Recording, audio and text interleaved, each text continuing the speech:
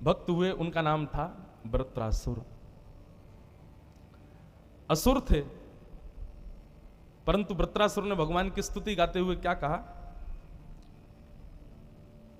नाथ अहम हरे तब पादई कमूल दासानुदासो भवतास्म भूय मनस्मरेता सुपतेर गुणांस्ते गृणीत वाक् कर्म करो तु काय ननाक पृष्ठम न चपारमेष्ठम न सार्वभौमम न रसाधिपत्यम न योग सिद्धि पुनर्भवम वा समंजसत्वा विरहय कांक्षे। अद्भुत भक्ति है वृत्रासुर की। वृत्रासुर ठाकुर जी से कहता है, ठाकुर जी मुझ पर एक कृपा कर दो। बोले क्या? आपके चरणों के जो भक्त हैं, उन भक्तों के चरणों के जो भक्त हैं, उन भक्तों के चरणों के जो भक्त हैं, उनका मुझे भक्त बना दो। ठाकुर जी बोले, मैं तेरे सामने खड़ा हूं, सीधा मेरा ही भक्त बन जा। बोले ना, आपका भक्त नहीं बनना। क्यों? बोले ठाकुर जी क्योंकि सामिप्य में कुछ समय बाद प्रेम कम होने लग जाता है। कहीं मैं आपके संग रहने लगा, आपको दिन रात देखने लगा, तो मेरे नेत्रों को जो आपके देखने की प्यास है वो धीरे धीरे कम हो जाएगी। इसलिए नाथ ऐसी कृपा करो कि विरही एकांक्षे, आपका मुझे विरह हो जाए, आपसे मेरी दूरी हो जाए, ताकि मैं आपको स्मरण करता रहूं पर आप मुझे कभी दिखो ना, आपके स्मरण में ही रहूं, आपसे मिलने की तड़प में ही रहूं। ऐसी कृपा मुझ पर कर दो नाथ। ठाकुर जी कहते हैं, मैया ऐसा भक्त मुझे प्रिय है। बंधुओं, इन निर्गुण भक्तों के बहुत सारे मुझे प्रसंग हैं, अब एक आध सुना देता हूं। एक हमारे वृंदावन के एक ठाकुर जी हैं, श्री मदन मोहन लाल जी। हमारे वृंदावन के 7 प्रमुख ठाकुर जी हैं। वैसे तो मैं हर कथा में सप्तनिधियों का एक पद गाता हूं, यहां पर अभी तक अवसर नहीं आया, आज नहीं तो कल जरूर गाऊंगा। 7 ठाकुर जी हैं हमारे वृंदावन में।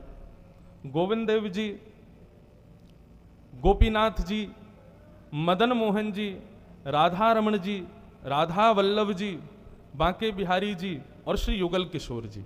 ये 7 ठाकुर जी, जिनमें से 4 ठाकुर जी ब्रज से कुछ वर्ष पहले कहीं और प्रस्थान कर गए। क्योंकि जब मुगल आए भारत में तो इन्होंने मंदिर तोड़ने सबसे पहले प्रारंभ किए, तो ठाकुर जी अपने भक्तों के साथ में राजाओं के शासन, जहां पर राजा सुरक्षा दे रहे थे, वहां चले गए। तो इसलिए गोविंद देव जी जयपुर चले गए, आज भी सिटी पैलेस में विराजते हैं वहां पर। क्योंकि जो जयपुर के राजा थे, उनको ठाकुर जी ने स्वप्न दिया, ठाकुर जी ने कहा कि हम राजा ने पूरी व्यवस्था ठाकुर जी की वहां की। तो आज भी जयपुर के सिटी पैलेस में विराजते हैं श्री गोविंद देव जी, वृंदावन के ठाकुर जी। जयपुर में दूसरे ठाकुर जी विराजते हैं, गोपीनाथ जी। कभी जयपुर जाना हो ना बंधुओं, वो मिनी वृंदावन है। आपने जयपुर को बहुत रूपों में देखा होगा, लेकिन कभी भक्ति के रूप में जयपुर का दर्शन करना बहुत सुंदर है। मैं साल में एक कथा, जयपुर में जल महल के बगल में एक स्थान है, उसको कनक वृंदावन कहते हैं। इतना सुंदर है, चारों तरफ हरे भरे पहाड़, बीच में ठाकुर जी का मंदिर है। वहां हम सुबह 5 बजे से कथा करते हैं रोज, जब हर साल में एक बार। इस साल समय नहीं हुआ, अगर लगेगा तो शायद दीपावली के बाद में कर सकता हूं। 5 बजे से समय होता है कथा का। इतने लोग आते हैं, माइक नहीं लगता, कोई लाइट नहीं होती, बस सामान्य आकाश के नीचे थोड़ी वो राजस्थानी जैसे झरोके बने होते हैं, उसमें बैठ के कथा करते हैं। क्योंकि जब गोविंद देव जी जयपुर गए थे तो पहले वहीं विराजे थे, कनक वृंदावन में, इसलिए वहां हम कथा करते हैं। बहुत सुरम्य, मोर आते हैं कथा में, बहुत सुंदर आनंद आता है। तो वृंदावन के गोविंद देव जी जयपुर में, गोपीनाथ जी जयपुर में, मदन मोहन जी करौली में, राजस्थान में एक स्थान है करौली, वहां विराजते। और श्री युगल किशोर जी विराजते हैं पन्ना, मध्य प्रदेश में। ये 4 ठाकुर जी ब्रज से बाहर विराज रहे हैं, पर 3 ठाकुर जी वृंदावन में ही हैं, राधा रमण जी, राधा वल्लभ जी और बांके बिहारी जी।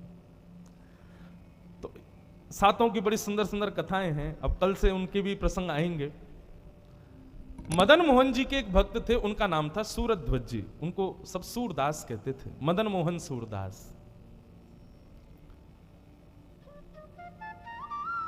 सूरध्वज जी सुबह मंगला से लेकर के रात्रि शयन तक जितने दर्शन होते थे ठाकुर जी के, सब करते थे।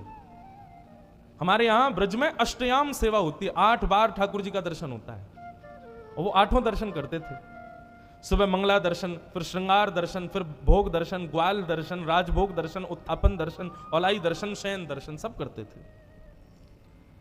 और जब रात्रि में ठाकुर जी का शयन दर्शन करने जाते थे ना, तो शयन दर्शन करते हुए श्री मदन मोहन जी से कुछ मांगते थे। क्या मांगते थे कि हे श्री मदन मोहन जी, ऐसी कृपा करो कि संतों के चरणों की खूब सेवा मुझको प्राप्त हो।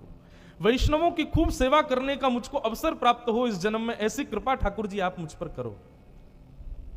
रात्रि शयन में रोज मदन मोहन जी से कहते थे, भक्तन की पनहीन को सेवक कहाऊं मैं।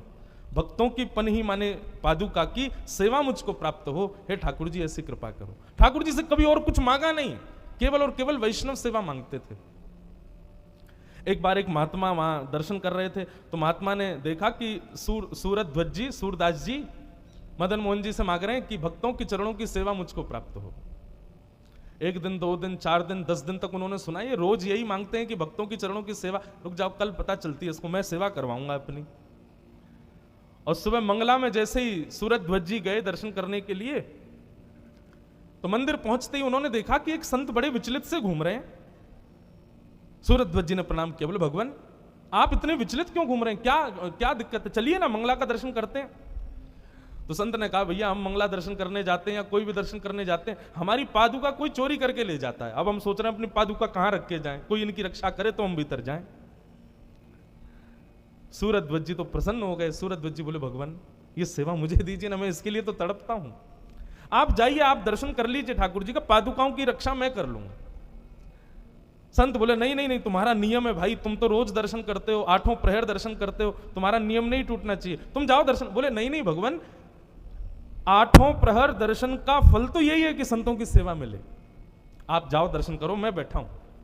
और संत की पादुका को अपने हृदय से लगा करके सूरध्वज जी वहीं बैठ गए। भीतर संत दर्शन कर रहे हैं, दर्शन नहीं कर रहे हैं, खिड़की में से सूरध्वज जी को देख रहे हैं। मंगला दर्शन पूर्ण हो गया, दर्शनार्थी सब चले गए। आधा 1 घंटे बाद श्रृंगार दर्शन के कपाट खुले, दर्शनार्थी आ गए, लेकिन संत निकल के बाहर नहीं आए, भीतर ही बैठे हैं। देखूं तो सही है सूरध्वज विचलित होता है कि नहीं। बहुत कहता है ना संतों की सेवा करनी, संत आज देखता हूं श्रृंगार दर्शन हो गए, भक्त दर्शन करके चले गए, लेकिन सूरध्वज जी वही प्रसन्न भाव में बैठे, पादुका गोद में लेकर के।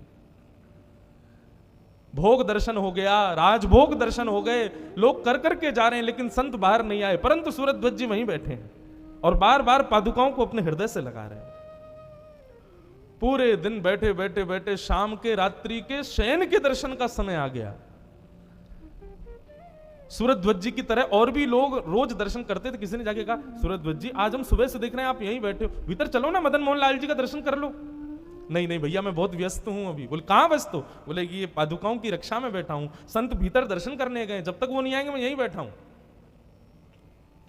शयन दर्शन होके कपाट मंदिर के बंद हो गए, दर्शनार्थी चले गए, तब संत बाहर आए और बाहर आकर के सूरध्वज जी को हृदय से लगा लिया। बोले निश्चित सूरध्वज, तुम केवल बोलते नहीं हो, भक्तों में आदत होती है केवल बड़े बड़े बोलने की, करने पर आते हैं तो सब हार जाते हैं, लेकिन तुम्हारी आज हमने परीक्षा ली, तुम उसमें पास हो गए।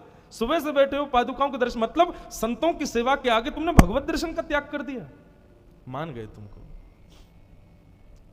संत तो अपनी पादुका पहन करके चले गए।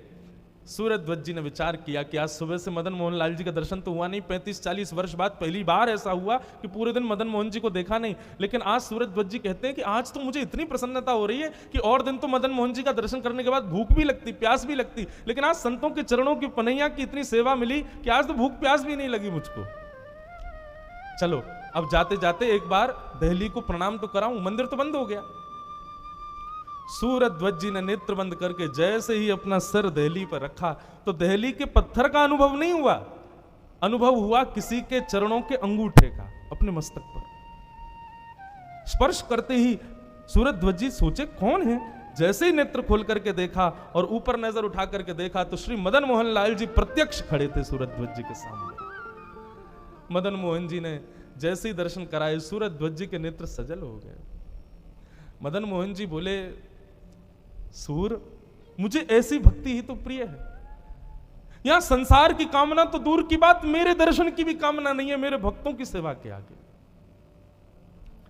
और सूरदास मदन मोहन सूरध्वज जी को श्री मदन मोहन लाल जी ने अपने में ही विलीन कर लिया, भगवत धाम को प्रस्थान कर गया। इसको कहते हैं निर्गुण भक्त। ये केवल आप सुन लीजिए और मैं कह देता हूं क्योंकि हमारे जीवन में होना बहुत मुश्किल है।